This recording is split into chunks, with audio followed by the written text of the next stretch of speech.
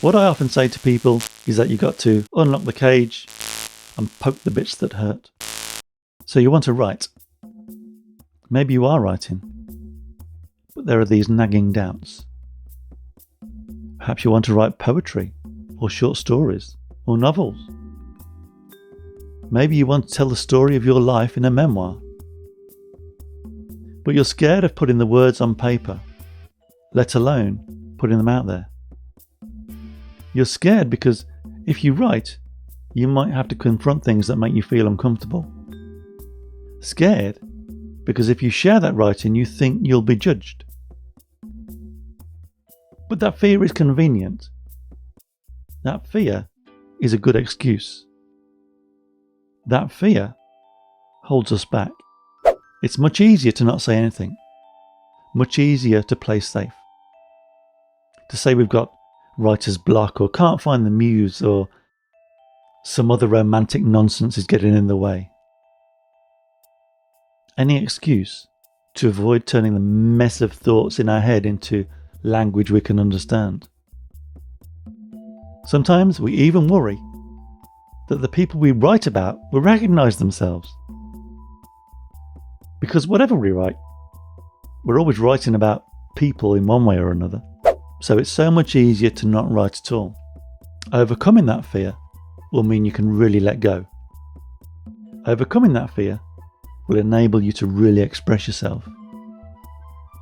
Overcoming that fear can transform your writing.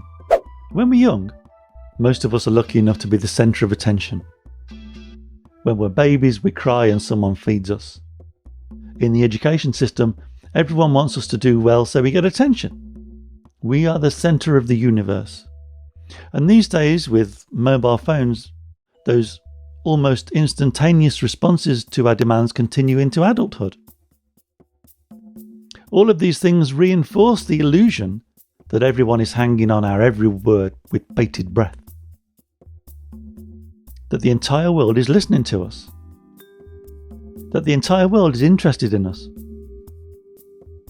As a result of all this, our perception of our own importance becomes distorted. The spotlight effect underlines natural concerns that whatever we might write will be read and absorbed and scrutinised. I don't want to burst your bubble or nothing here, kids, but it really just ain't so. The universe doesn't revolve around us. Most people won't care what we write.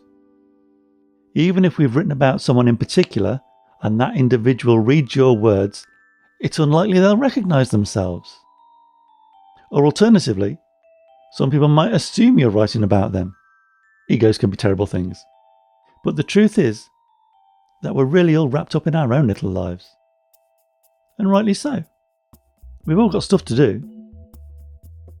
And this lack of interest from other people might sound demoralising, but it's actually liberating. You need to adopt the Morning Pages mindset +++. Assuming that no one will see what you write or care or recognise who you're writing about means you can write anything. It took me years to release myself from the self-imposed constraints, wondering in the back of my mind about what people might think, trying to prove something to people who don't matter. Writing with confidence is all about giving yourself permission. Give yourself permission to write what you really think and feel.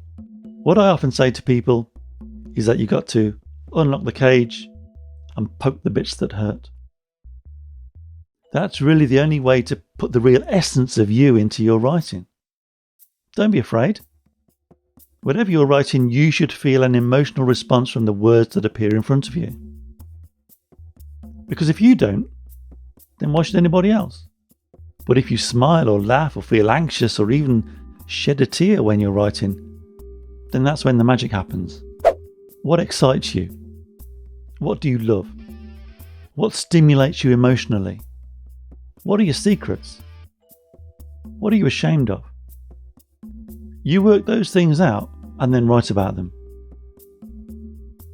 You work those things out and then tell your story. Because your story is just as valid as anybody else's.